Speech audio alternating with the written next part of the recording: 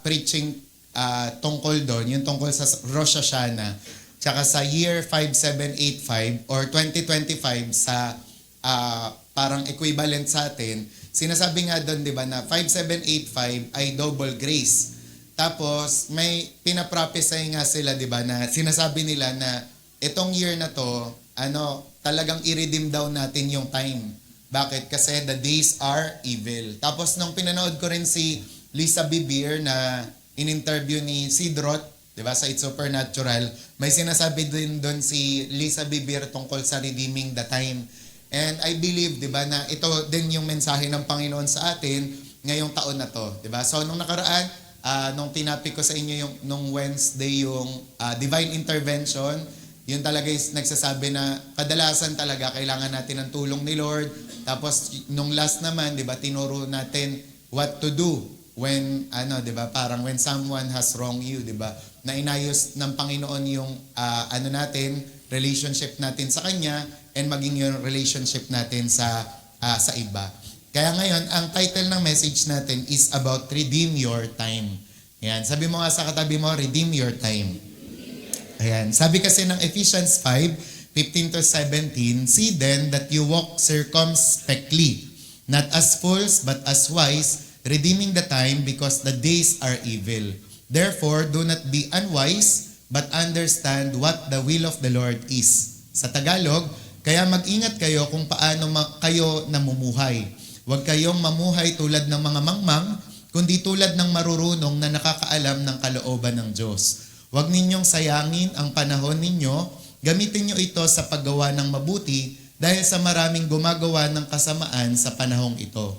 Huwag kayong magpakamangmang, kundi alamin ninyo kung ano ang kalooban ng Panginoon na gawin ninyo. Kaya ngayong umaga na to, pag-aaralan natin, ano ba ibig sabihin ng redeem your time or redeem the time na sinasabi sa Bible? Bakit sinabi ni Lord yan? Bakit sinulat ni Apostle Paul yan? Ano bang kahalagahan niyan? Okay? Sa NASB, ang ibig sabihin ng verse na yan is make the most of your time. Parang pag sa Tagalog, di ba, sulitin mo na yung oras mo. Gawin mo lahat, di ba, para masulit yung oras mo. And yung sa King James Version, redeem your time.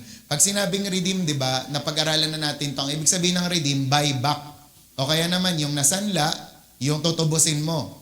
So, ibig sabihin, lahat ng mga, for example, ng mga nasayang na panahon, na oras, ang ibig sabihin ng redeem, this time, di ba, babawiin mo siya. Susulitin mo. Di ba? Kaya, for example, alam mo na last year, 2023, ang dami mong naaksayang oras, tsaka panahon. Ngayon, nung nag-fagot service, tapos dumating yung January 2024, sinabi mo sa Panginoon, tsaka sinabi mo sa sarili mo, babawi ako. Yan. Pero ngayon, di ba, October 2024 na. And kamusta yung pag-evaluate natin nung January 2024? Na lahat ba ng ginoal natin, lahat ba ng pinlano natin natupad? Lahat ba ng pinlano nating babaguhin natin sa sarili natin, na bago natin? Yan. Ngayon, kung hindi pa, ngayong October, November, December, mangyari ito sa atin, yung redeeming your time. Kasi sabi nga dito, we know there is a time for sowing the seed and a time for harvest. Sabi nga, it is called the opportune time, and if a person misses the opportune time, the opportunity is gone. Parang yung sa magsasaka, alam nyo ba sa mga magsasaka, meron din daw silang tinatawag na opportune time. Na kung saan, alam nila kung saang season yung magandang magtanim ng ganitong buto, di ba? O kaya naman ganitong halaman. Alam din nila kung halimbawang nalagpasan na sila, kaya mag-aantay na ulit sila ng another na opportunity. Then, nalaman ko rin yung dating word na pinanggalingan ng opportunity, dati siyang word na optur. Na ang ibig sabihin, yun nga, yung mga barko kasi dati, nag-aantay sila ng mga optur o yung tide na kung saan alam nila kung safe maglayag o hindi. Ngayon, kapag lumagpas yung optur na yon, ulit sila, iintay ulit sila ng another time para maglayag.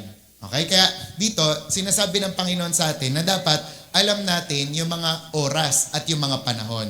And sabi nga, what Paul says in Ephesians 5:16 is the opportune time. Make the most of every opportunity that God is bringing in our lives because the days are evil. The devil is waiting to snatch those opportunities out of our hands, so redeem our time. Meron akong preaching na pakinggan noon yung kay Ate Beck. Sabi niya, di ba nga, what if daw, di ba nasa 2024 na tayo. Tapos may mga nagsasabing mga prophet na yung 2030 daw, meron daw mangyayari daw talaga doon. Ngayon, meron na lang tayong 7 years para mag-prepare dun sa 2030 na yon. Eh ngayon, di ba, 2024 na. So, 6 years na lang, di ba, bago mag-2030. Pero hindi nila sinasabing 2030 darating ang Panginoon. Meron lang daw magaganap that time. Ngayon, kung 6 years na lang pala ang meron tayo, anong ginagawa natin? Tapos alam nyo ba, si Antichrist, meron na siyang plano pala. Di ba? When it comes sa pagtatak ng mga tao nung 666. Nakaplano na yan kung ano yung gagamitin nila, kung anong taon matatapos. Di ba? Tapos nakaplano na rin yung one world religion. Ngayon, ang sinasabi doon ni Ate Beck, ni Pastora Beck, kung yung Antichrist may plano, di ba, doon sa 666 na yon, kamusta tayo? Di ba? Ano daw plano natin when it comes sa gospel? May plano ka ba sa pag-share sa pamilya mo? May plano ka ba sa pagbabahagi ng salita ng Diyos? May plano ka ba na bumalik sa outreach na sinimulan mo noon? Di ba? Kamusta yung plano na yon? Kaya sana, di ba, kung may plano yung kaaway, mas tayo dapat may plano tayo sa buhay natin. Okay? Kung may plano ang kaaway, di ba, sa pamilya mo, dapat mas ikaw may plano ka. Okay? Kaya yun yung sinasabi. And one of the sins that we can commit is to waste the time God has given us. Alam niyo ba yun? Na isa sa pinakamalaking kasalanan na gawin natin sa Diyos ay yung sayangin ang oras na ibinigay niya sa atin.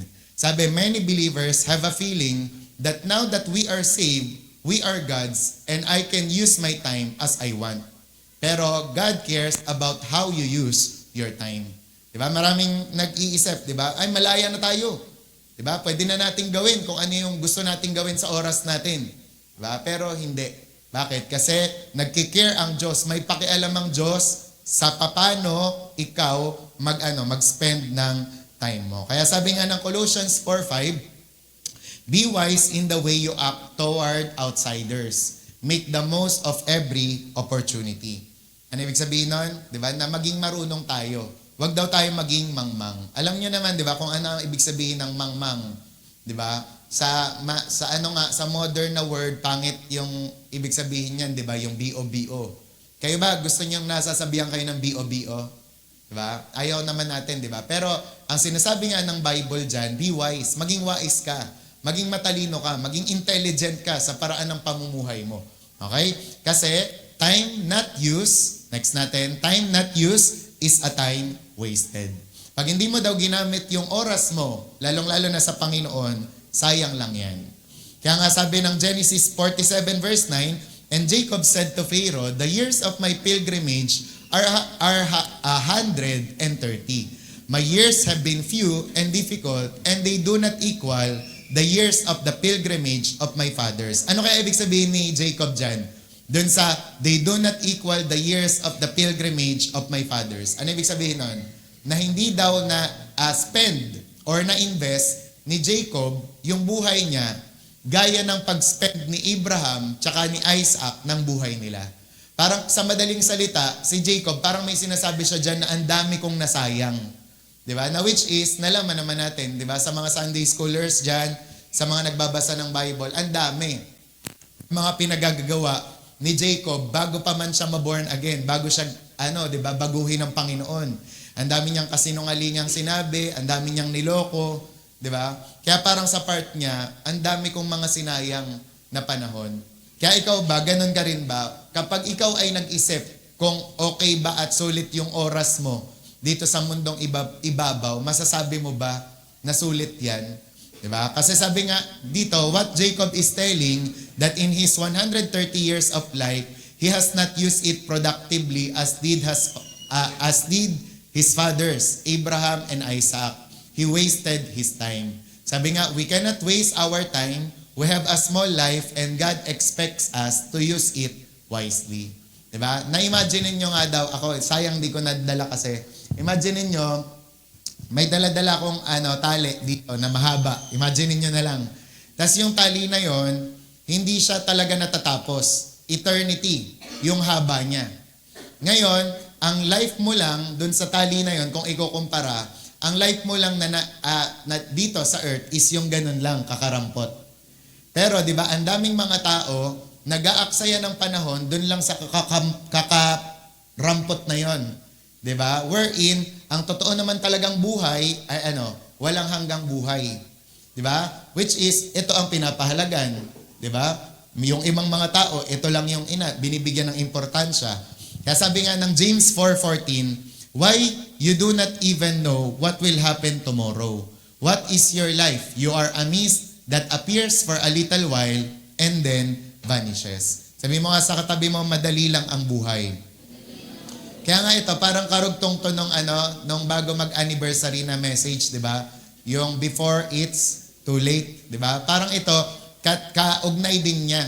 Iyon, di ba? And ang ganda nga ng play na nagawa nyo, di ba? Doon sa before it's too late, di ba? And may mga na-bless nga nung time na yon. Kaya naparealize sila, di ba? Oo nga naman, ang ikli lang ng buhay. And we do not know our lifespan. We need to redeem our God-given time. Kaya pag tinanong ko kayo, halimbawa, tinanong ko si Aaron, alam mo ba kung hanggang ilang taon ka aabutin? Pwede bang sabihin ni Aaron, ako, sure ako, Pastor, hanggang 130 ako. Ikaw, Gab, 150 po, Pastor. Diba? Ikaw, Mira, 200, Pastor.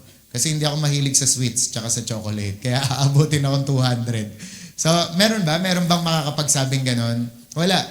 Ni isa sa atin, walang makakapagsabi kung hanggang kailan tayo. Kaya we need to redeem our God-given time. And to redeem is to buy it back, make up for the lost time by wisely using our present. Kaya ngayong umaga na to, tanungin mo sarili mo, matalino ka na ba? Wais ka na ba? Marunong ka na ba pagdating sa paggamit mo ng oras?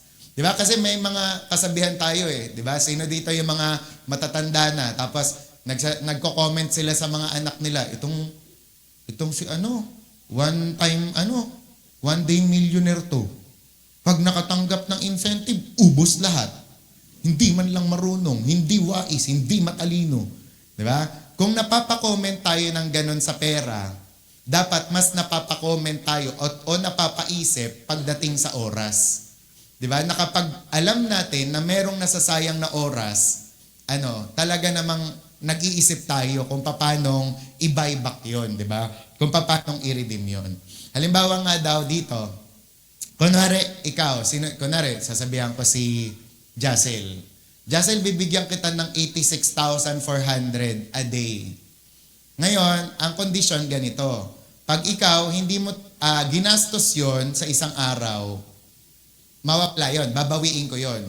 Pero bukas, bibigyan ko ulit kita ng 86,400. Ngayon, parang sa part ni Jassel, kung ganun pala yung condition na araw-araw, 86,400, anong gagawin niya?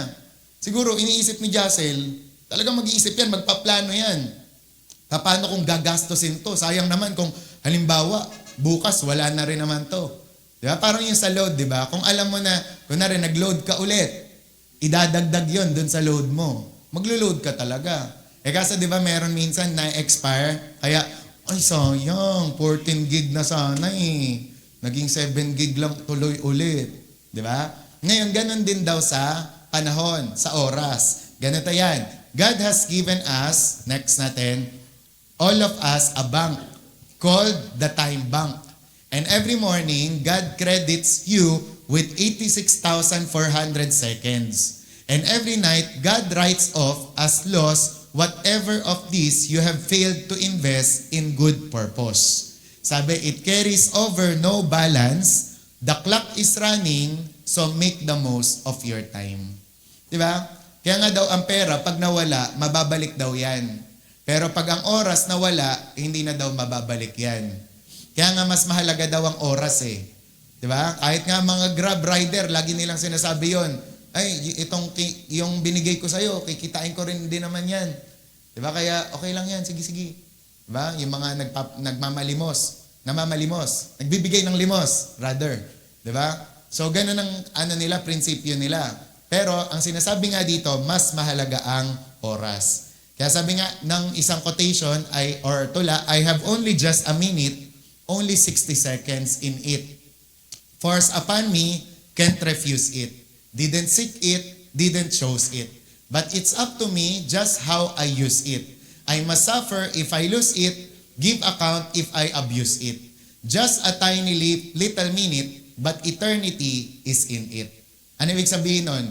Kung ano kasi yung ginagawa mo dyan sa oras mo, magmamatter or mag-i-impact yun sa eternity. Kaya nga sabi, wag nyo daw asahan na lahat ng bagay dito sa mundo ay magmamatter sa eternity. Ito, hindi ko to comment ha. Comment ito ng isang preacher na matanda na tapos matagal na sa Panginoon tapos matatag talaga. Sabi daw, kapag daw pupunta ka daw sa beach tapos magpapatan ka lang daw ng skin mo, hindi daw yon may kukumpara dun sa prayer na ilalaan mo kung magbababad ka sa Panginoon. Bakit? Kasi para sa kanya, ang pagtatan daw ng balat, yung pag-aksaya lang daw ng oras. Di ba? Again, hindi ako yung nagsabi nun, yung isang preacher. Di ba? Na minsan may mga ganon, di ba? Na tayo naiisip. Na akala natin, itong bagay na to, mag-i-impact siya sa eternity. Pero pagdating ng eternity, magugulat tayo kasi lahat pala ng yon walang saysay. Di ba? Sa modern na salita ngayon, walang kwenta. Di ba? Kaya ilan sa mga bagay na ginagawa natin ang walang saysay at walang kwenta. Ngayon, itapon na natin, ang gawin natin, yung mga may saysay at may mga kwenta. Okay?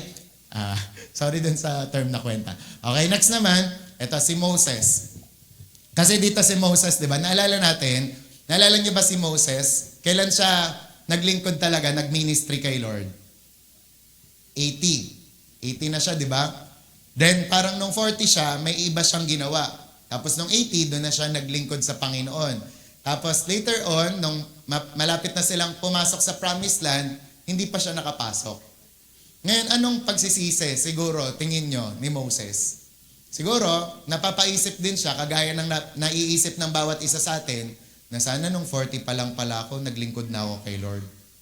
Parang sana, mas nakakilala ako kay Lord nung una pa lang. Diba? Sana, 20 man, o kaya, kaya parang kung halimbawa kilala niya lang si Joseph, di ba? Na sana yung mga, yung parang may pagkakakilala na kay Lord. Kaya naman, alam niyo, siya yung nagsabi nito, sabi niya sa Psalm 90 verse 12, teach us to number our days that we may gain a heart of wisdom. Parang sa part kasi ni Moses, alam natin na satisfied siya. Di ba? Sa paglilingkod niya sa Panginoon. Pero, ayun nga, parang kung sana lang, maaga lang din siya, di ba, na gamit ng Panginoon. Pero, we never know. God is sovereign naman, di ba?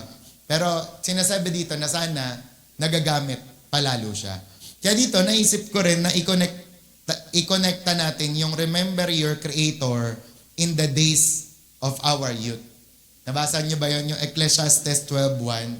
Yung remember your Creator in the days of your youth. Ano ibig sabihin? Nung kabataan namin, ito talaga yung pinupush, tsaka yung talagang minamartilyo sa amin ng mga leader namin, na habang kabataan ka pa, habang youth ka pa, gamitin mo na yung panahon mo sa Panginoon. Sayang nung Friday kasi, gusto ko sana lahat tayo nandun sa soaking. Nakaka-challenge kasi, nung tumugtog na yung sa tunasan, panay sila babae. Parang yung nagpapiano, babae, tapos yung nagda-drums, babae, nagsusong lead, babae. Parang naisip ko, medyo nalimitahan kami dun sa bagay na yon, na panay lalaki lang yung tumutugtog. Na which is, noon ko pa naman china-challenge yun, tsaka china-challenge ni Ate Mer, na sana yung mga babae din nag-aaral, di ba, na tumugtog din, di ba, para nang sa gayon, kaya nyo rin yun, di ba? And I believe kaya nyo rin yun, di ba, kung aaralin nyo lang. Kaso, may mga time lang talaga, di ba, na inaatake tayo ng katamaran natin, na supposed to be, ganito na yung pinapractice natin, di ba, pero yun nga, kailan pa natin marirealize pag mga antitigas na nung kamay, di ba? Pag ang hinahawakan na lang mga kaldero, mga ganyan, parang mapaparealize ka na sana noon pa ako nag-aral. Parang nakakatuwa lang yung yun nga, si Danica habang nagpapiano, talagang, akala mo, Pastor Mon, gumaganon-ganon na rin. So parang support ko, babae ito, ang galing. Parang ganon. Tapos parang naaalarma lang kasi ko sa prayer day natin, nung Wednesday, na may prayer day siya, pero may nagkukwentong kabataan dito na proud pa na nag-festival daw sila. Parang sa part ko, tawag doon, asa na, yung parang na, lang ako, yung medyo, anong term ba? Kailangan maingat na ako mag-preach. Hindi, yung upset, disappointed, parang gano'n, na dapat, sana, kung may mga gawaing gano'n, kayo naman yung inaasahan, di ba? Dahil mga kabataan pa kayo, sana nag-i-spend kayo ng time dito. Di ba? Na again, I will clear myself about this, na walang masama sa pagpe-festival. Nagpe-festival din kami, Kuya Je, ni Ate Mer, di ba? Nakapanood pa nga kami ng Jose Marichan na niya, kanta. Pero sumaglit lang kami noon. Kasi dumaan lang kami. Di ba? Pero sana naman, di ba, pag alam nyong may gawain dito sa church, huwag nyong tatapatan ng paglakwatsa. Di ba? Talagang make yourself available. Kasi kailangan natin ng prayer warrior tsaka intercessor. And then, kung maipapaliwanag ko lang sa inyo ng isang bagsakan kasi, yung natutunan namin regarding sa prayer, hindi nyo babaliwalain yung prayer. Minsan, kaya ang tindi ng problema o pagsubok na dinadanas natin because of our katamaran sa prayer. Tapos minsan, iiyak-iyak tayo, bakit natin nararanasan to? 'Di ba? All because tamad tayong mag-pray. 'Di ba? Na supposed to be, na kumbaga parang hindi mo dapat mararanasan yung problema na yan kung nag-pray ka. Pero nararanasan mo tuloy ngayon, inaatake ka tuloy ng demonyo kasi wala kang shield. 'Di ba? And tatandaan natin na yung prayer, ayan ang nagbi-build up ng shield para hindi ka matouch ng demonyo. Kasi dahil sa katamaran ng mga Kristiyano na mag-pray, touch yung demonyo sa kanila. Then magugulat sila, bakit ganito, bakit iyak-iyak sila. Pero yun nga, sinasabi ko to sa inyo para yun, tumibay kayo sa pananampalataya. Amen? Amen. Okay? Kaya sabi nga, remember your Creator in the days of your youth. Ako, wala akong pinagsisihan noon, nung high school, nung college ako, na araw-araw nasa church talaga kami for care group. Ang gagawin namin yan ni Pastor Mon, tawag doon, alas 12, meron kaming, may break kami, di ba? Tapos 1 o'clock or 1:30, may klase kami ulit sa PL Moon. Pero ang gagawin niya ni Pastor Mon, magyaya yan sa KFC, doon sa Corocan Food Court. Doon kami kakain, sa Corocan Food Court. And after nun, pagkatapos namin kumain, kaya nga, hindi talaga ako tumaba-taba nun eh. Alis na kami. Punta kami sa Mission House, doon sa Katarungan. Ang daan pa namin noon sa Corocan na gate. May labas kasi yon, papuntang Katarungan. And every day talaga, care group kami. Di ba? Whether kami yung maglilid ng care group o kaya naman a-attend lang kami dun sa care group, talagang ina-attend na namin. Kaya naman, habang bata pa kami, talagang nakita ko yung pag-grow namin kay Lord. And sabi nga daw, di ba, ang pag-grow kay Lord, hindi yan yung basta-basta na parang years pa. Minsan ganito ang nangyayari dyan. Kaya minsan may tanong tayo, di ba, bakit ito mas matanda to, pero ito ang mas matured? Kasi ito, inaraw-araw niya yung care group niya. Inaraw-araw niya yung Bible study niya. Unlike dito, di ba, tuwing linggo lang, tapos may absent pa. Parang ganon. Naintindihan nyo? Kaya ako, nung time na kabataan pa ako, wala akong pinagsisihan. Kung araw-araw nag-care group ako. Bakit? Kasi it benefited me. Wow. Diba? Talaga naman ako ang nakinabang nun. Okay? Kaya sana tayo rin. Diba? Yung sabi dyan, teach us to number our days that we may gain a heart of wisdom. Na kailan pa kayo a-attend sa mga ganon?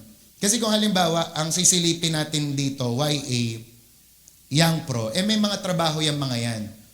Ngayon, kailan mo pa marirealize na napakahalaga ng prayer kapag working ka na rin. Kapag wala ka na rin masyadong time, pag yung 8 hours to 10 hours, nasa kumpanya ka na lang din. Di ba? Kaya habang may oras ka pa, gamitin mo na yung panahon mo sa Panginoon. Di ba? Amen? Amen. And nung time din namin, hindi namin agad inaksaya yung panahon namin sa pagbo-boyfriend, pag-girlfriend. Ang talagang ginol namin, may maka 1-to-1, may ma-reach na ng gospel, 'di ba? Makapag-share ng word of God. Kaya hindi namin 'yun yung talaga yung inuna namin. Kaya nung tumanda na kami, umidad na kami, lahat ng mga inasikaso namin ng kabataan kami, binabalikan na kami ngayon. Nagets nyo? Yung parang yung parang anong nangyari, yung inalagaan namin noon, napapakinabangan ng Panginoon ngayon. 'Di ba? Kaya sabi mo nga sa katabi mo, huwag mong sayangin ang kabataan mo. Yan, 'di ba? Parang sana, 'di ba? Tawag doon, bago mo igala sa festival, i-expert mo muna yung pagtatamborin mo sana dito, 'di ba? Halimbawa, walang nagpe-pray, 'di ba? Tapos, yung parang sana i-maximize mo yung potential mo, 'di ba? Nang sa gayon, tuwing linggo hindi ka pa mali-mali ng pokpok diyan. Tapos nagaganon si Kuya Miko o kaya si Kuya Carl sa this is the parang mali-mali ka ng tok-tok, 'di ba? Yung gano'n, yung sa mga paggigitara, 'di ba? Ako, how I long, nasa mga kalalakihan natin dito naman, kung yung mga babae nagtatamborin, yung mga naman lalaki, gitara talaga. Magano kayo dito mag-aral? 'Di ba? Hindi yung festival, anong mga hihita nyo sa festival? 'Di ba? Pag nag-festival ka, malalaman mo lang yung kakawalan mo. 'Di ba? Pag nakadaan ka, wala akong ganito. Tapos kakapain mo yung bulsa mo, wala naman talaga. O, ma-insecure ka lang, wala akong pambili. Di ba? Yung mga nag-window shopping, di ba? Pag nagpe-festival, di ba? Window shopping, wala namang laman yung bulsa. Kaya parang naisip mo tuloy, wala ko nyo lang. Pag uwi mo, insecure ka lang. Tapos pagod. Kung halimbawa, nag-maximize ka, in-improve mo yung potential mo. Di ba? At the end of the day, may isip mo, ay, praise God. Alam ko na ngayon yung F sharp. Diba? Alam ko na yung A1. B2. Yan, B1 at B2. Yan, hindi ko alam tuloy yun. Diba? Kaya dapat, ganoon, yun yung mga i-develop natin, i-improve natin. Diba? Sana man lang bago mo maisip mag-festival, no, i-chat mo muna si Ate Boninay. Ate Boninay, tapusin mo muna ako sa 1-to-1. Diba? Naintindihan nyo? Diba? Bago mag-festival, chat nyo muna, Kuya Jobert, asan ka? Nasaan ka ngayon? Tapusin mo naman ako sa 1-to-1, no? Diba? Parang gano'n, magmakaawa kayo. Diba? Natapusin kayo. Natapusin kayo. Yeah, natapusin kayo sa 1-to-1. Naintindihan? Amen? Diba? Uy, wala tayong gagawin, no? Yung class, yung section 2, walang ginagawa, share natin. Diba? Sino nakakaisip ng gano'n? Ang tawag doon, redeeming the time. Amen?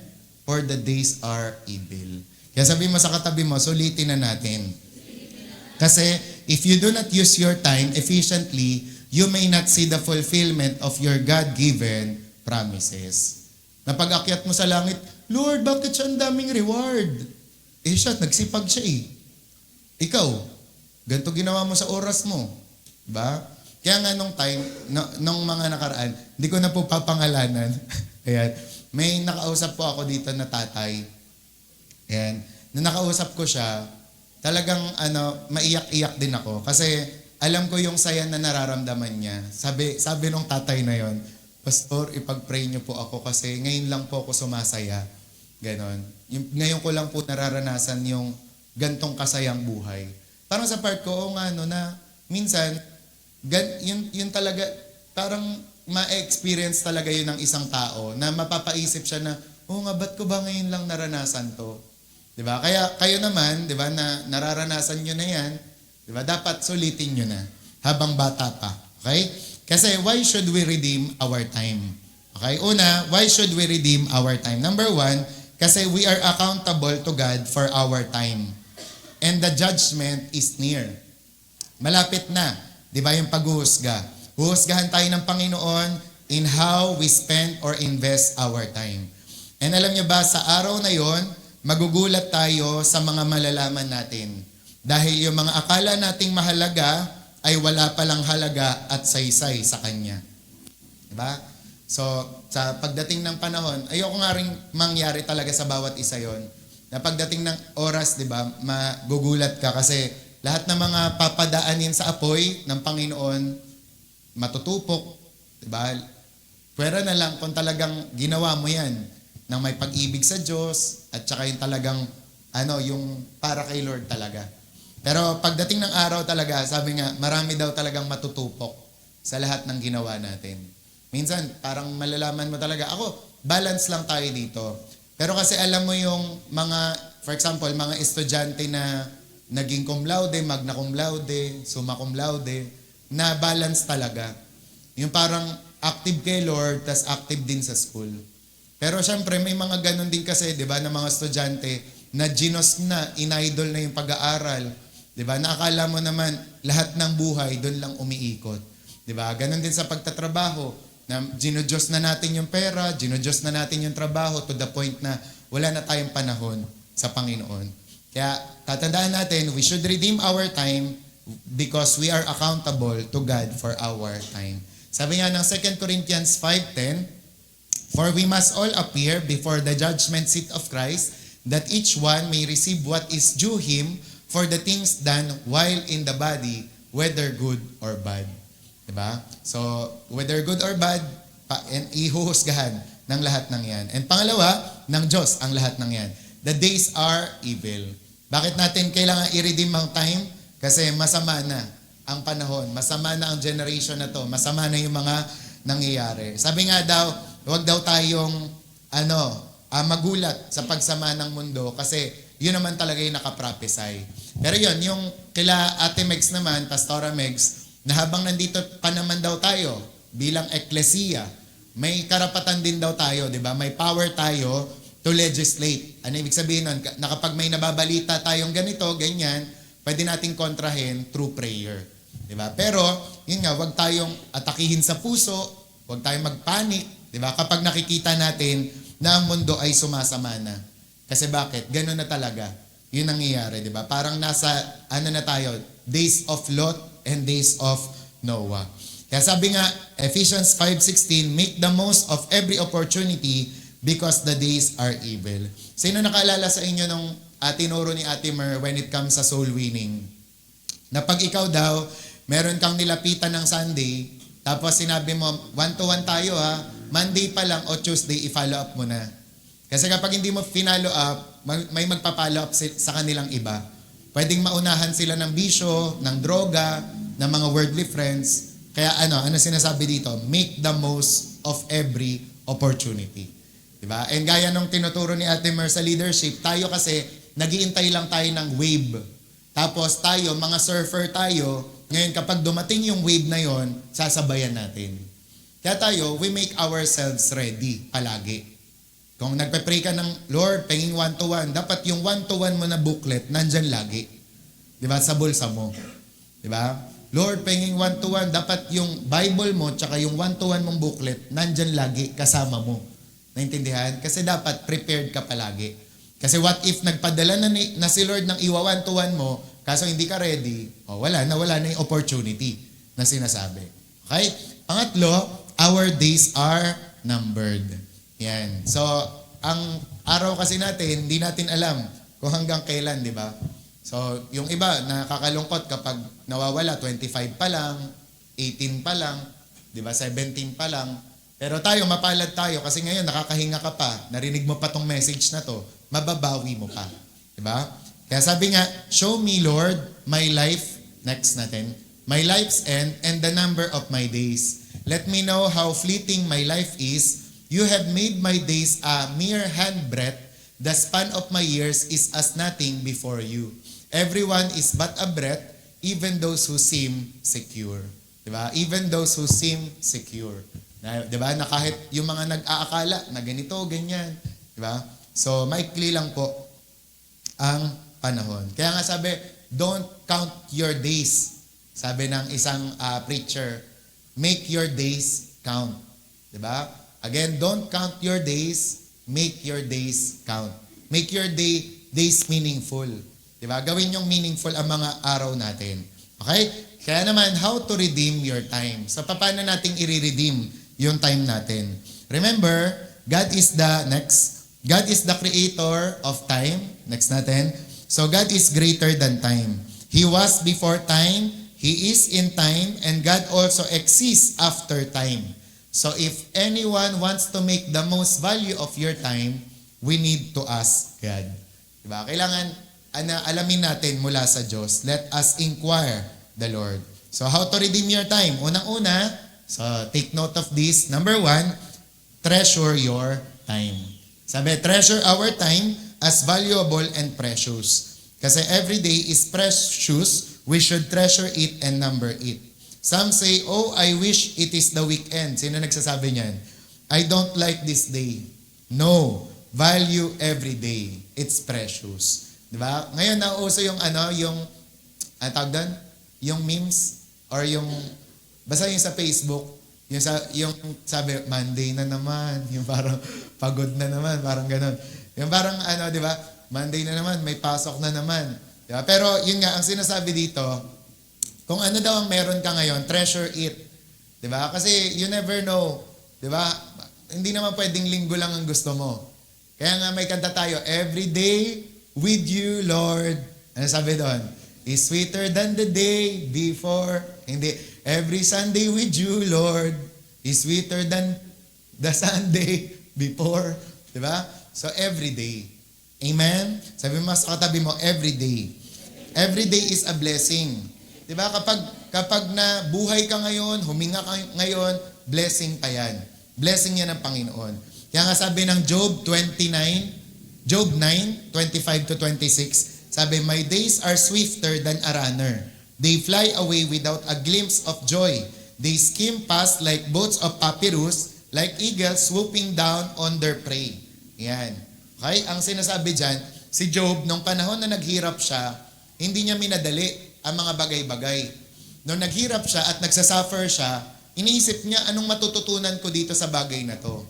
Ngayon, ganun din daw sa buhay natin. Whenever parang may mga hinaharap tayo na sitwasyon o problema ng buhay, kinakailangan wag nating madaliin, sana matapos na to. Kundi dapat tanungin mo, ano ang tinuturo sa akin ni Lord dito? Okay? Ano ang ambag, 'di ba, ng oras na to? Kaya gayahin natin si Job na huwag tayong magmadali. Ano ang tinuturo nitong bagay na to. And minsan may mga problema tayong ganun. May mga tanong tayo, 'di ba? Pastor, ikaw, tingin mo ba kailan matatapos tong problemang to? Lagi ko na lang pinoproblema to eh. 'Di ba? Lagi ko na lang tong ginaganyan. 'Di ba? Parang lagi mong isipin, mag-reflect ka, mag-evaluate ka. Oo nga, bakit ba pinapadana sa akin ni Lord to? Tong bagay na to. Kasi baka may gusto siyang matutunan mo, may gusto siyang i-adjust, 'di ba, sa buhay mo, gusto kanyang i-humble, gusto kanyang matuto sa bagay na 'yan. Kaya dapat, yan, wag mong sabi doon? Treasure your time. Kaya nga, to realize the value of 1 year, ito makinig po kayo maigi. To realize the value of 1 year, as a student who failed 1 year. Diba? Kunwari, nilalang nyo lang yung taon. Tanungin nyo daw yung bumagsak ng isang taon na estudyante. Gaano kahalaga yon? Sobrang halaga sa kanila yon. If you want to realize the value of 1 month as a mother who gave birth to a premature baby. Diba? Sobrang halaga. Isang buwan lang ha. Next, to realize the value of 1 hour as the businessman whose flight was delayed an hour because of a traffic jam. Diba? Kaya lalo sa businessman, napakahalaga ng oras. If you want to realize the value of a minute, as the man who had a heart attack and died because there was no one to attend to him in a minute. Okay? To realize the value of 1 second as the person who barely missed an accident with an oncoming car. Diba? Sa isang segundo lang, gano'n na yung nangyari. And last, to realize the value of 1 millisecond as the Olympic swimmer who missed the medal by 1 millisecond. Diba? Kaya napakahalaga ng lahat ng yan. Year, diba? Months, days, minute, second, millisecond, napakahalaga. Kaya sana wala po tayong inaaksaya na oras. Diba? So yan. And sabi nga, time is really valuable, so use it wisely. Some people tell time is money, they feel they can work overtime and earn more money. You can work and make money, but it is totally impossible to make more time. No time is much more valuable than money, kaya naman treasure your time. Okay? Kaya yun yung una. Diba? Na treasure your time. Pangalawa, invest your time. Yan. Sabi nga, our time as the most valuable asset God has given us in this world. We cannot save time, we can only invest it. Yan. Parang kagaya nga daw nito. Inimbento daw yung microwave, yung cellphone, tsaka internet, di ba? Para daw maging mabilis ang mga bagay-bagay. And sabi, we save time because of the latest inventions. Pero ito ang tanong, where is the time we save from all these inventions? Asa na? Naipon ba yung mga time? Diba? Meron bang naka-imbak ng time? Wala. Sabi, we have used it for something else. Sabi, see, we cannot save time. We can only invest our time. Diba? So, halimbawa, nagma-microwave ka. Hindi naman talaga ang totoo. Yung kunwari, yung oras, ano ko, imbak ko muna to. Diba? So, kumbaga, parang we can spend it lang on something else. Pero hindi natin masasave. So, parang ganon. Kaya kailangan i-invest natin. Sabi nga dito, ang doktor daw, nag-i-invest siya ng 5 years sa training. Ang engineer, 4 years sa study. Ang isang bata, nag-i-invest ng 10 taon para mapasa sa klase. And we invest 10 hours a day for work. Grabe naman yun. 10 hours na ba ngayon? 8, di ba? To 10. Sabi, we are so prompt in investing our time for the worldly things, but have you thought of investing your time for the Lord? Have you invested your time for the most important purpose of your life? Yan. Kaya, di ba, parang kung iisipin, nga no, ang dami naming years dyan. Di ba, ang daming panahon dyan. Pero pag tinanong mo, pagdating kay Lord, have you invested your time? Diba? Doon sa pinaka-importanting purpose ng buhay mo. Okay? So, paano naman? How to invest your time? Una, ito tatandaan natin, do not neglect church services. Kasi sabi nga ng Hebrews 10:25, yan, kayo naman po magbasa. 1, 2, 3, go.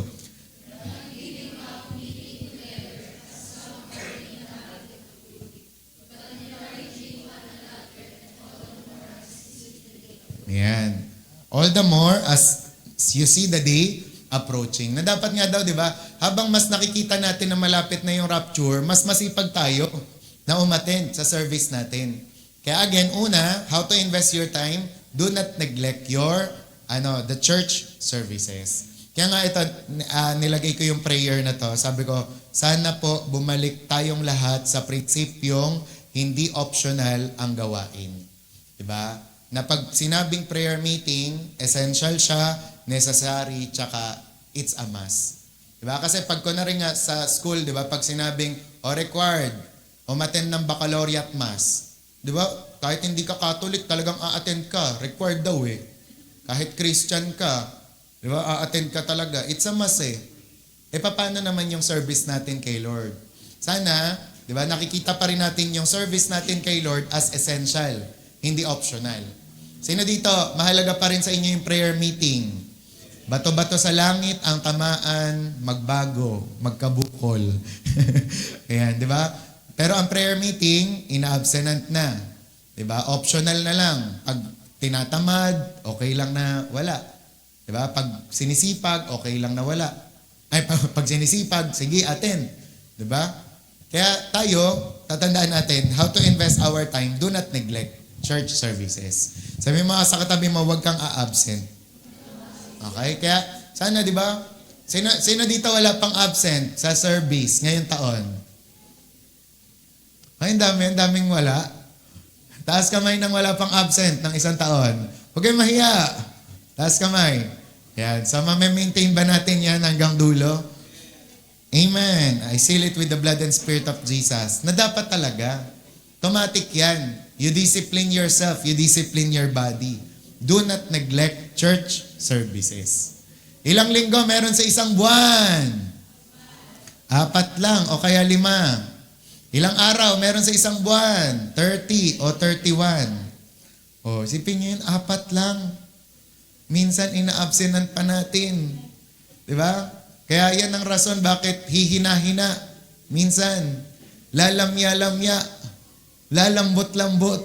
Bakit? Kasi ina-abstinent ang mga services. And ito pa, minsan may mga ganito pang pagkakataon. Kung kailan may problema, dun umabsent. Tapos saktong-sakto, yung preaching para dun sa problema niya, tinapik nung araw na yon. Absent. Wala. Kaya una, malambot lang. Pangalawang Sunday, flat na. Diba? Kaya yung sinasabi ni Bishop na ginagawa daw vulcanizing shop yung church. Na kung kailan flat, doon lang magpapapuspos. Diba? Kaya tatlo yan puspos. Diba? Patas Wednesday, hindi a-attend, kapos na. Tapos Sunday, hindi pa a-attend, gapos na. Diba? Kaya sa susunod, papapuspos ulit. Pero hindi. Dapat lagi masipag. Amen! Masipag. Umulan, umaraw. May sakit, wala. Amen? Kaya nga si Sak daw, may lagnat yan. Pero ano daw sabi ni Sak? Church tayo. Di ba? Kaya yun yung isipin natin. Di ba na dapat, whether we like it or not, nasa mood ka o hindi, sisimba ka. Sino nagawa na yon? Yung parang wala ka sa mood, pero nagsimba ka pa rin. Hindi mo feel, pero nag-worship ka pa rin. Di ba? Hindi ka sipag na simpag, pero nakipagkamayan ka pa rin, nakipag-fellowship ka pa rin.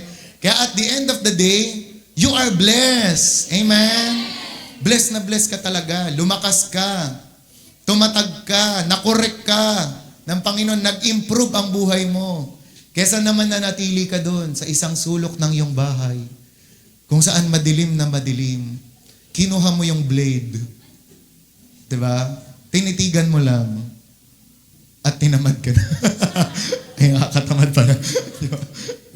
Nabasa ko kasi yun Gusto niya daw magpakamatay kaso tinatamad siya.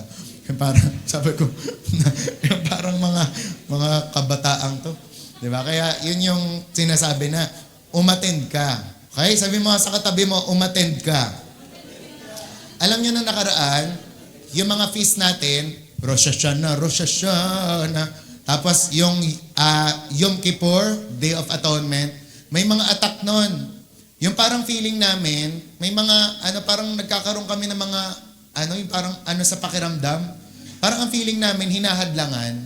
Pero alam nyo, I can testify, kapag talaga inaalala mo yung mga feast, nagkaka-blessing ka, kakaiba talaga. May mga blessing na dala, yung pagsa-celebrate ng peace. Kaya ganun din, ultimo kahit sa mga regular services natin, minsan, may mga humahadlang sa'yo. Parang inaatake ka ng katamaran mo, kabugnutan mo, kasiraan mo ng mood. Pero kahit ganun yung nararamdaman mo, tuloy ka pa rin. Di ba? Kung meron sinasabi si Joyce Meyer, do it afraid, do it tamad. Do it pa rin. Di ba? Kahit may mga, push yourself, itulak mo yung sarili mo. Di ba? Pero ngayon may uso na do it anointed, di ba? Nagawin mo anointedly. Di ba? May ganung bang term? Di ba? So, amen? Amen. Number 2, how to invest your time. Read your Bible. Read your Bible. Ayan, read the Bible. Ang verse natin yan, Joshua 1:8. Sino nakakaalam nun? This book of the law shall not depart out of your mouth. Meditate on it day and night. Kailan? Day and night. Ano ulit? Day and night. Tuwing kailan? Day and night. Gano'ng kadalas? Day and night. Day and night. Ibig sabihin, araw, gabi, babasahin mo. And alam niyo, sabi ni Benhin, ito sure prophecy ito, naniniwala ako dito, na ang survive daw, pagdating ng rapture, yung maraming deposit ng Word of God sa puso. Amen? Kaya kapag dinedepositan ng puso mo ng Word of God, hanggang dulo, mag-i-endure ka. Kasi those who endure till the end shall be saved. Diba? Ang mananatiling tapat hanggang wakas, ang siyang maliligtas. Paano kapag kapos ka na ng Word of God? Kaya araw-araw, dapat araw-araw yan. Amen? Araw-araw basa, araw-araw devotion. Diba? Kaya naalala niyo yung kwento, nung nag-Bible study yung pastor doon sa isang bahay, sabi nung pinag-Bible studyhan, inisyo si pastor, si pastor ninakaw yung ballpen natin na maganda. Grabe si pastor, nag-iisang ballpen na ngayon, ninakaw pa. Ganyan. Tapos ay di chinismis si pastor. Alam niyo ba si pastor ninakaw yung ballpen namin? Ganyan. Tapos hanggang dumating yung time, nakaabot sa pastor yung chismis na yon. Sabi niya, hindi ko ninakaw yun, nakaipit dun yun sa Bible na ginamit natin nung last na Bible study natin last year. Hindi, joke lang. Last month ata. So ano ibig sabihin? Hindi nag-devotion, hindi nagbasa ng Bible, chinismis pa si pastor.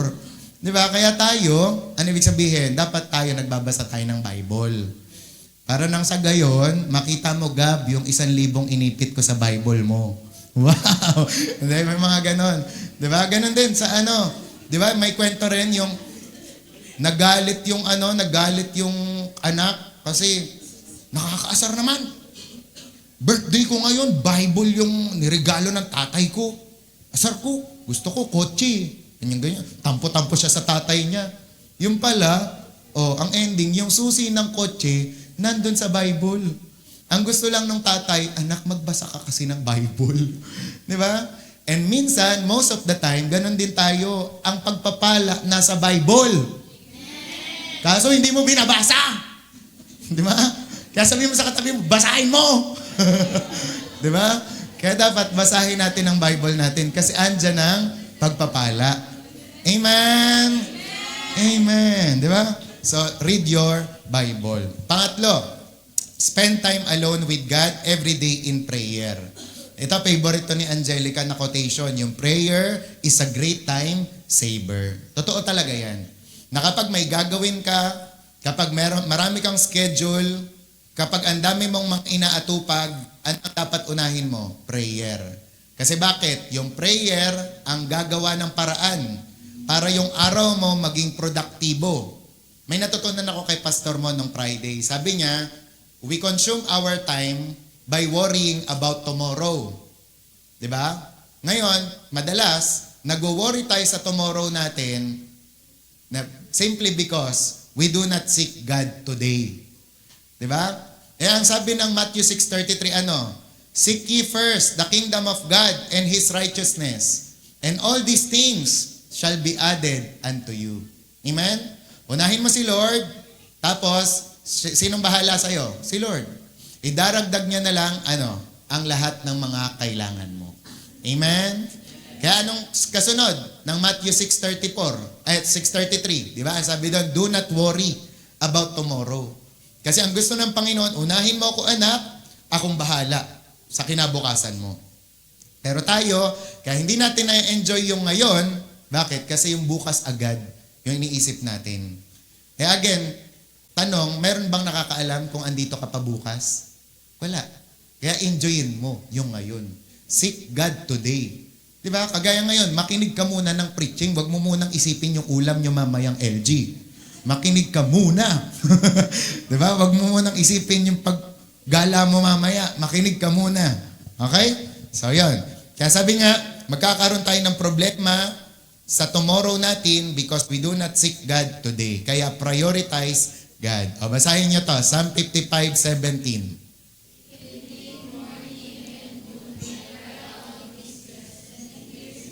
And He hears my voice. Pinakinggan ako ng Panginoon.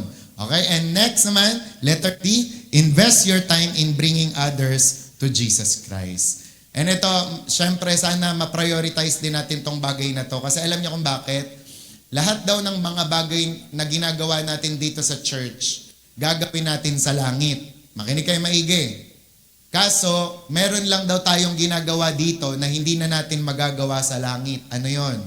Yung pagso-soul winning. Kaya gawin na natin dito, ngayon pa lang. Bakit? Kasi ang worship, gagawin din natin yan sa langit. Ang fellowship, gagawin natin yan sa langit. Ang pagpe-praise at pagpe-pray, gagawin natin yan sa langit. Ngayon, isa lang ang hindi mo magagawa doon, pagso-soul winning. Kaya ngayon pa lang, gawin na natin yan. Kaya may tanong ako dito sa inyo, makinig kayo maigi. Pag-isipan nyo maigi. Magtanong lahat. YA, youth, adult, tanong kayo sa sarili nyo. Pastor, ministers, leaders. Kailan yung huling araw o moment at pagkakataon na may isang taong naligtas dahil sa'yo. Sipin niyo maigi yun. Kailan yung huling pagkakataon, yung moment na merong isang tao na galak ang kalangitan na naligtas dahil sa'yo? Kung last year pa yon, tinatawagan ka ng Panginoon, di ba, na mag-soul winning ulit. Kasi kaya ka nga naligtas eh. Di ba? Para, may maligtas pang iba. Di ba? And lagi, kumakatok si Lord sa atin to redeem our time. Hindi natin pwedeng sabihin kapag may time. Kasi may time talaga. Di ba? Wala akong time. May time talaga. It is how you manage lang. Di ba? Ako, how I wish sa lahat ng mga dami natin ng mga leaders dito, dami ng YA dito, how I wish, di ba, may mga nag-o-open na talaga ng mga Bible study sa kanya-kanyang bahay nila. How I wish na, kagaya namin ni Ate Mer, na binubuksan namin yung bahay namin sa gospel, sa Bible study. How I wish, di ba, yung mga bahay din natin, buksan din natin para sa gospel. Kasi yun eh. Tinatanong tayo ni Lord, kailan yung huling araw na may naligtas dahil sa'yo? Diba? Kaya, ito, malaking panghihinayang ko, malaking, alam niyo yung kalungkutan ko kapag hindi ko to nagagawa. And ang tanong ko lagi kay Lord, pag nagpo-conversational prayer kami, Lord, ako lang ba? Pastor lang ba yung tinatouch mo? Eh ngayon, nabasa ko yung libro nila David Yonggi-cho, Doug Hayward Mills, na kapag daw na-realize ng mga church people na sila rin, mini pastor sila, doon daw talaga aarangkada ang kaharian ng Diyos. Kung sila mismo, bawat isa sa atin dito, isipin niyo maigi, si Mira magpapastor, si Gabi magpapastor, si Andrea magpapastor, si Andrea magpapastor, si Aaron magpapastor, si Gab magpapastor, si Nino magpapastor, lahat tayo magpapastor, mini pastor. Diba? Ilang kayang mga tao ang darating sa kalangitan ng Diyos? Yan nga sa CCF, pinaliwanag yan ng lola ko, ganun pala sila. Doon sa CCF, may tinatawag silang upline, may tinatawag silang downline. So parang ganito yan. Kunwari, ang downline ko, let's say for example, si Mira, meron siyang responsibility na hindi galing sa akin, kundi galing sa Diyos, na magkaroon din siya ng downline niya. Na dapat mag-disciple din siya, mag-one-to-one din siya, mag-light group din siya. Diba? And ako din naman, magiging kabilang din ako sa upline ko. Na ang magpapastor din sa akin, si Ate Beck, si Ate Ruth, si Bishop, di ba? Meron din kaming mga, kumbaga, fellowship ng mga pastor. Then, upline, downline. Kapag ganun ang ginawa natin, talagang, and His kingdom will know no end. And His glory shall know no bound. Hindi tayo malilimitahan sa four corners lang ng kwarto na to. Talagang lalaganap ang kaharian ng Diyos. Kaya yun ang malaking tanong na tinatanong ni Lord sa atin. Kailan yung huling araw na yon na may naligtas dahil sa'yo? Di ba ang sarap sa pakiramdam ng ganon? Yung papatenkyuhan ka ng dinala mo pag nandun na sa langit. Salamat Ella ha, dinala mo ko kay Lord. Salamat Ella dahil sa'yo nandito ako. Kaya sana ganon din tayo. Na dahil sa atin, may maligtas. Amen? Amen. Okay? So, pag-isipan nyo, pag uwi nyo ng bahay, sharean nyo agad ang mga mahal nyo sa buhay. And sabi nga, ito natutuwa ako dito. Kapag, sabi kasi nila, may dalawa daw klaseng, sa church, may dalawa daw klaseng growth. Una, biological growth. Kapag anak ng anak yung mga miyembro, dadami talaga tayo pag anak ng anak yung mga miyembro. Pero dapat magkaroon daw tayo ng exponential growth. Na kahit, for example, si Tenten, wala pang anak, dadami ang kaharian ng Diyos dahil sa buhay niya. Bakit? Kasi mag-share siya ng Word of God. Diba? Amen? Amen. Tsaka kaya nga yung sabi ko sa inyo, para sa akin, okay lang ang mga circle of friends, mga tropahan. Kunwari, sila Tenten, yung mga tropahan nyo. Okay lang yan na magkakaibigan kayo. Pero payag ba kayo na kayo lang magkakaibigan forever and ever? Dapat dumating yung time, dumami kayo. Diba? Kaya kung ngayon, 4 pa lang kayong mga magtotropa, dumating yung time, maging 10 kayo. Maging 20 kayo. Diba? Mga circle of friend, dumami kayo. Naintindihan? Amen? O kayo din, Carlos, sila George din. Payag ba kayo na Tatlo lang kayo. Tatlo lang kayo mga maskulado. Di ba? Dapat dumami kayo. Dumami kayong mga may takot sa Panginoon. Amen? Amen. Naintindihan? So, hindi mo hintayin na, ay, dadami ako. Kailangan kong manganak. Biological growth ang tawag doon. Diba? Pero ang hinihintay ng Panginoon, exponential, yung true evangelism. Amen? Amen. Okay? Yan. Kaya sabi nga, Daniel 12:3, those who are wise will shine like the brightness of the heavens, and those who lead many to righteousness like the stars forever and ever. And syempre, wag nating kakalimutan, ito ay sabi ni David Hernandez, di ba? Paano mapanalunan ang mahal sa buhay? Invest time with your family. Ito naman, balanse tayo. Maglaan ka ng oras para sa church, pero maglaan ka rin ng oras para sa pamilya. Kasi yung iba na extreme naman, church lang ng church ng church, wala nang time sa pamilya. Di ba? O yung iba naman, ganun din, extreme din. Pamilya ng pamilya ng pamilya, wala nang time sa church. Di ba? Yung kada linggo, magpapaalam, may outing po kami. Di po ako attend ng fellowship. Kina next week, may outing ulit. Tapos next week, may outing ulit. Ba, panay outing ha. Sana all. Di ba? Pero yun nga, balansehin natin. Invest time with the church, pero invest time with the family. Di ba? Kaya may nabasa rin ako nung time na hindi daw magiging successful yung isang pastor kapag nakabuild nga siya ng church, pero napabayaan niya naman yung pamilya niya. So, ayaw natin ng ganon. Kaya, invest time with your family. Number 3, manage your time. Sabi, the key to investment is management. If you do not manage your time, you will not have time to invest. So, manage your time. Again, wag nating sasabihin walang time or kapag may time, manage your time. Sino sa inyo nag-invite na ng ganon? Di ba? Huy, sama tayo. Sama ka sa BBS namin. Wala akong time eh. Di ba? Suntukin mo. May time ka. Kailangan mo lang i-manage. Hindi, joke lang ha, huwag mo suntukin. Kaya, kailangan mo lang i-manage. Di ba? Uy, simba tayo. Eh, wala akong time, maglalaba pa ako. Tampalin mo. Hindi, joke lang. Di ba? Hindi, may time ka. Kailangan mo lang i-manage. Okay? Maglaba ka ng Sabado. Di ba? O kaya naman, maglaba ka Friday pa lang. Okay? And then pang-apat, enjoy your time. O, ito naman, hindi naman KJ si Lord. Sabi niya, enjoy your time. Kaya kapag may time naman ng celebration, makisaya ka rin.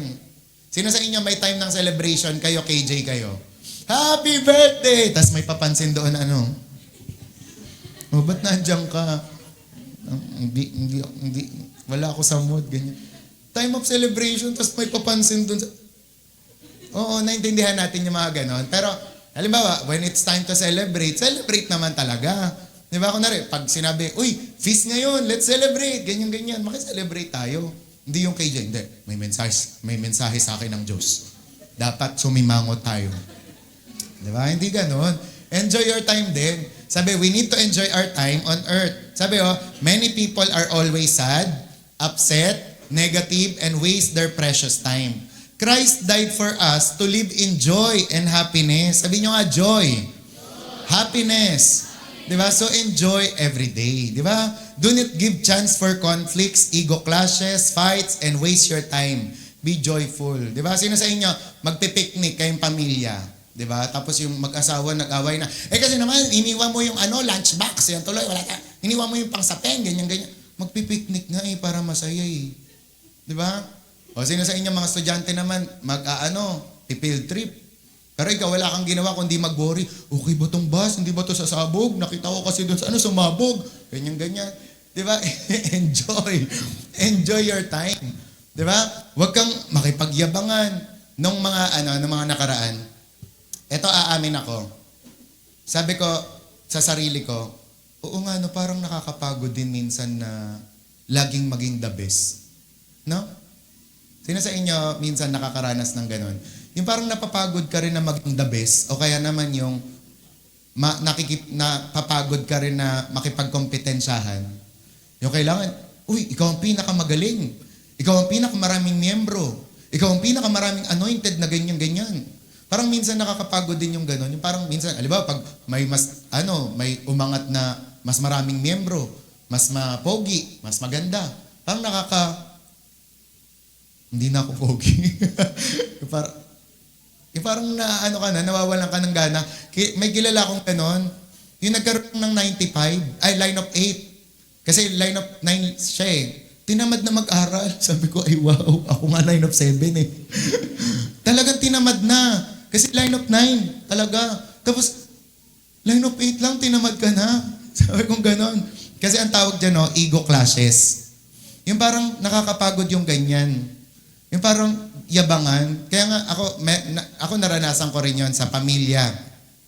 Pagandahan ng sasakyan, 'di ba? Paramihan ng pera, patalinuhan, 'di ba? Nung nakaraan na tawag doon na yun na ano ko lang kay Carillion tsaka kay La Justin, yung parang nagbibiroan sila ng grades nila. Naka-relate ako kasi ganun din naman sa amin noon. Yung parang pag nagre-reunion, anong cum laude ang anak mo? Suma to, suma. Ay ano ka, magna lang, yak. Di ba?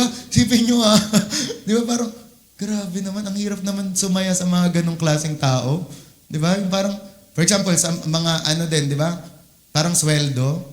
Diba? Kaya pag lumaki kayo, wag iwasan niyo yung mga ganon. Kunwari, pag mga nagsilakihan na, si Tenten, no? Si Ella, tsaka si Gabi. Sasabihin ni Tenten, Gabi, magkano sweldo mo dyan sa kumpanya na yun? Sabi ni Gabi, 50,000. Ay! Sasabihin ni Tenten, ang liit. Ikaw, Ella, magkano dyan sa kumpanya na yan? 80,000. Diba? Yeah. Diba? Sasabihin ni Tenten, ako, 100,000. Diba? So, mas maano ako. Diba? Di yung dalawa, nalungkot na. Kasi si Tenten, 100,000. Diba? Kaya dapat hindi tayo nakikipag-ganon. Diba? Kasi pag ganon tayo, hindi tayo sasaya. Amen? Kaya may book daw, gusto ko lang din basahin yon, The Courage to be Disliked. Parang na-challenge akong basahin. Yung The Courage to be Disliked, nagsasabi kasi siya ng, yung parang, maging matapang ka kahit i-dislike ka ng mga tao. Parang ganon. Tsaka yung parang niya, dinidiscourage niya yung pakikipagkompetensya. Amen? O for example, dyan, sa tropa nyo, mawawala talaga ang galitan dyan kapag nawala yung mga clashes, ego clashes. Diba? Yung parang, sino pinakamaganda? Sino pinakamarami? Sino siya? Diba? Kaya ganon. Maging masaya ka lang. Be joyful. Ako naman may kilala akong ganon. Ang sweldo lang 4-5. Pero ang saya-saya. 'Di ba? Hindi ko sinasabing malaki yung 100, maliit yung 4-5. Again, don't hear what I am not saying. 'Di ba? Parang 4-5 ba? Pero ang saya-saya. Nagta-tights pa, tas nagpe-pledge pa. Kita nyo yon? Kasi bakit? May contentment siya. Hindi siya nakikipagmataasan ng sweldo. Hindi siya nakikipagkompetensya. Kontento siya. Di ba? Hindi niya kailangang tigpa 590 ang kainin niya. Kahit pares lang, araw-araw, okay lang. Di ba? Kahit sa mga again, sorry kung sa lang sa mga pares lang, gano'n. Yung ba, masaya siya. Di ba? Naintindihan? Kasi yun. Kapag in-enjoy mo yung binibigay sa'yo ni Lord, in-enjoy mo yung time mo, hindi ka nakipagkompetensya, doon ka sasaya. Kaya sabi mo sa katabi mo, sige na, magpakasaya ka na. Yan. Magpakasaya in a right way, in a godly way. Hey, let's party! Hindi ganun Hindi ganun. Sabi dito sa 1 Thessalonians, sa 1 Thessalonians 5:16. Basa. Next. Yan, rejoice always, di ba? Sabi ng Ecclesiastes 3:12, basa.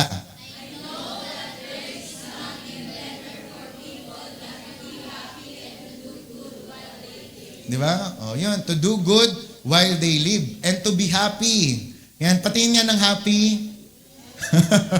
Patingin ng happy, di ba? Tsaka yun nga, yung joy, yung happiness, it's a choice yan. Diba? Pag birthday mo, niregaluhan ka lang ng cake na tig 30. Mga Paji bar, ginanon. Be happy. Diba? Maiinggit ka ba dun sa nakakontis? O nakakaramiya? Diba? Be happy. Naintindihan? Amen? Diba? O yung banner mo nung yung banner mo ng birthday, ginawa lang, gulagunanit pa. Yung banner ng may birthday sa kapitbahay, with glitters pa. O be happy. Di ba? Appreciate mo yung naggunting-gunting nun. Naintindihan? Kasi yan ang kalooban ng Panginoon, maging masaya ka. Hindi mo kang busangot. Di ba? Hindi mo kang bugnot. Hindi mo kang sinabugan ng bomba ang mukha. Di ba? Kaya tingnan mo yung katabi mo, mukha bang happy yan? Yan, happy. Di ba? Kahit may ubo, happy rin. Kahit may ubo, kahit anong kalagayan, happy pa rin. Kahit may sipon, kahit anong merong pera. Anong merong pera? Magkano ang pera? Okay? Ayan. Okay? Kaya sabi nga dito, sige tatapusin ko na maya-maya. Sabi, remember, we cannot enjoy our time if we have a full day of busy schedule. Ito naman, makinig. Kapag daw busy schedule lang ang meron tayo, hindi daw natin may enjoy yon. Sabi, if our day is full of activities, we will get frustrated by the end of the day. Sabi, in order to enjoy our life, we need to have some margin time in our life. Makinig kayo, may margin, may another term na tinuturo. Margin is breathing room. Ayan. So pag tinanong ba kayo, sa buhay nyo may margin kayo? Sabi, it's keeping a little reserve that you're not using up. Yon. So para pala sumaya din sa buhay, kailangan out of our busy schedule, may margin din. Ano yung margin na yon? Yun yung time na makakahinga ka. Hindi yung panay aral. Sabi ng Ecclesiastes, ang masyadong pag-aaral ay pasakit sa katawan. Sabi ng Ecclesiastes yun, hindi sa akin. Diba? Sa Ecclesiastes yun. Tapos sa pagtatrabaho din, dapat may time na nag-e-enjoy ka rin. Diba? May time na humihinga ka rin. O hinga nga, inhale, exhale. Ayan. Okay? O ngayon, ano yung marginless? Speaking margin, ano naman yung marginless? Ito yan ha.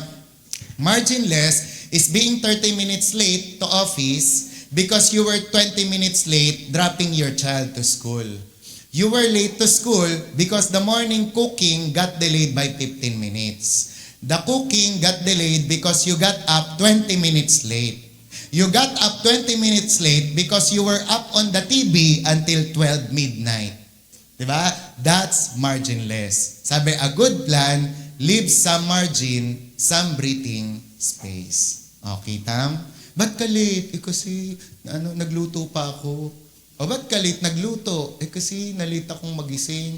O ba't ka na-late nagising? Kasi nag-cellphone pa kagabi. Diba? Kaya nga, si Lester Samral, sinabi to ni Lisa Bibir. Si Lester Samral pala, wala pang cellphone noon nag-prophesy na siya. Sabi niya, isang araw daw, lalong-lalo na ang mga Americans, listen very carefully. Ang mga Americans, they will be controlled by the box. Sabi ni Lisa Bibir, by the box? Parang ganon. Makokontrol by the box. Sabi, ngayon, 2024 na-realize nila, yung box na yon, yun pala yung cellphone. Nakontrolado na, 'di ba, ang buhay ng tao. Ano nasabi? 'Di ba? Instead na mag-usap, instead na may gagawing iba, si Risa nga nag-send nung nakaraan, nagtutupi siya ng ayaw mo na. Hindi, may 'di ba, yung parang may ganon, yung nagtutupi lang ng tapos dahil kakascroll, hindi na natupi yung yung damit. Di ba? Kakascroll kasi. Yan. Ang tawag doon, marginless. Di ba? Kaya ito natutunan ko siya. May book pa akong nabasa tungkol doon na dapat nga daw nagma-margin. Mali ko to. Ito, makinig kayo maigi. Mali ko to when it comes sa pagbibisitation. Kunwari, sasabihin ko, Ella, magbibisitation ako ha. Sa inyo ng 1 p.m. Sa inyo Angge, 2 p.m. Tapos sa inyo Ina, 3 p.m. Kaya habang nagko-conversation kami ni Ella, hindi ko ma-enjoy kasi ang inaalala ko, may 2 p.m. ako kay Angge. Tapos pag na kay Angge na, may 3 p.m. ako kay Ina. Ang dapat daw na gawin mo, kapag pala may appointment ka, may margin dapat. 'Di ba? Na para hindi ka maghabol na sige na, ganyan, nagmamadali ka. Napakwento. Ako madalas nangyayari sa akin yan. Yung nanay na binibisita ko talaga napapakwento. Yung pag-share ko, 20 minutes lang siya. 1 hour and 20 minutes. Dalaga naman. Di ba? Kaya dapat pala nagma-margin sa ganon. Di ba? Para hindi ma-feel nung isa na hindi siya importante. Di ba? kailangan maramdaman niya parang importante siya. Di ba? Kasi bakit? May margin. Hindi ka nagmamadali sa pag-uusap nyo. Amen? Tsaka para ikaw din, hindi ka gahol. Okay? So yun. Margin is having bread at the top of the staircase, money at the end of the month, a little free time at the end of each day. Don't rush from chores to chores. Have some margin. If you have good margin in your life, you have peace, no stress, better health, and you can hear from God because God speaks to us in our margin times. O, di ba? Otherwise, we become too busy for God to speak to us. So, yan. Minsan, di daw natin naririnig si Lord kasi wala tayong margin. Wala tayong pahinga.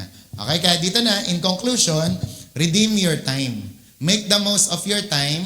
Jesus is a great example of a person who redeemed his time. Sabi, he was never in a hurry. He had a very short time to do a big job. Yet, he made time to consider the flowers. Di ba? May sinasabi pa nga si Jesus na, pagmasdan niyo yung mga bulaklak. Di ba? Sinasabi niya na, may sinasabi pala si Jesus na gano'n, na pagmasdan yung bulaklak, pagmasdan yung mga ibon. Ibig sabihin niya doon, may time dapat magmuni-muni ka rin, mag-reflect ka rin. Di ba? Sabi, yet he made time to consider the flowers, he had time for birds of the air, he gave time for people, he had time for the little children, he had time to train up his disciples, he had time to preach the kingdom, and the more importantly, time to die on the cross. Di ba? Kaya nga sabi, even before Jesus was arrested, he had some margin of time to pray and time for himself along with God the Father. Sabi, Jesus used his time appropriately. One of the secrets of Jesus' time management is that he prayed every day. Kaya he invested his time with God. Kaya mga kapatid, dahil nasa last days na tayo, di ba? And the days are evil, wag na tayong magsayang ng oras. Di ba? Make sure na yung oras natin na ma-manage natin ng maayos at maganda. Halimbawa, kung 4 na taon lang ang binigay sa'yo sa high school mo, let's say for example, sa junior high mo, gawin mong 4 lang. Huwag mong gawing 5, huwag mong gawing 6. Although, hindi na ako nagsisisi sa mga lumagpas na 6, 5. Manage your time. Redeem your time. Diba? Sabi nga ni Bishop, ang fruitful daw talaga at productive na tao, kapag binigyan siya ng oras niya, diba, nagagawa niya. Diba? Kaya nga yung ibang mga kumpanya, hindi sila naniniwala sa OT. Diba? At walang bayad ang OT sa kanila kasi naniniwala sila na kung bibigyan kanila ng 8 hours, dapat dun sa 8 hours na yon magawa mo yung pinapagawa nila. So, ganun din tayo. Diba? Alam ng Diyos kung hanggang kailan ang bawat isa sa atin. Diba? Kaya naman, dun sa time na binigay sa'yo ni Lord, huwag ka nang mag-aksaya ng panahon. Gawin mo na ang lahat ng mga dapat. Karoon ng another life. Diba? Isa lang yan. Kaya naman, i-redeem natin yung time natin. And last na lang, yung si John Piper kasi nagkwento siya tungkol nung parang about sa church niya nung kabataan pa siya. Tapos may isang araw doon na revival nila. Then merong senior citizen na lumapit. Parang matanda na, di ba? Lolo na. Tapos nag-iiyakan yung mga church people kasi at last, itong lolo na to, tumanggap na siya sa Panginoon. Then parang pag-uwi daw ni John Piper habang nagda-drive daw sila, parang bigla siyang napaisip, napakwento, yung parang naparealize na bakit kaya iyak ng iyak yung lolo na yon. 'Di ba? Bakit kaya? Kasi ang sagot, sobrang daming mga inaksaya nung lolo na yon, 'di ba? Before pa siya tumanggap sa Panginoon. And sa atin naman, ganun din yung pangungusap ni Lord, 'di ba? Na minsan lang tong buhay na to, isa lang ang merong buhay tayo, 'di ba? Kaya naman gamitin natin para kay Lord. Okay?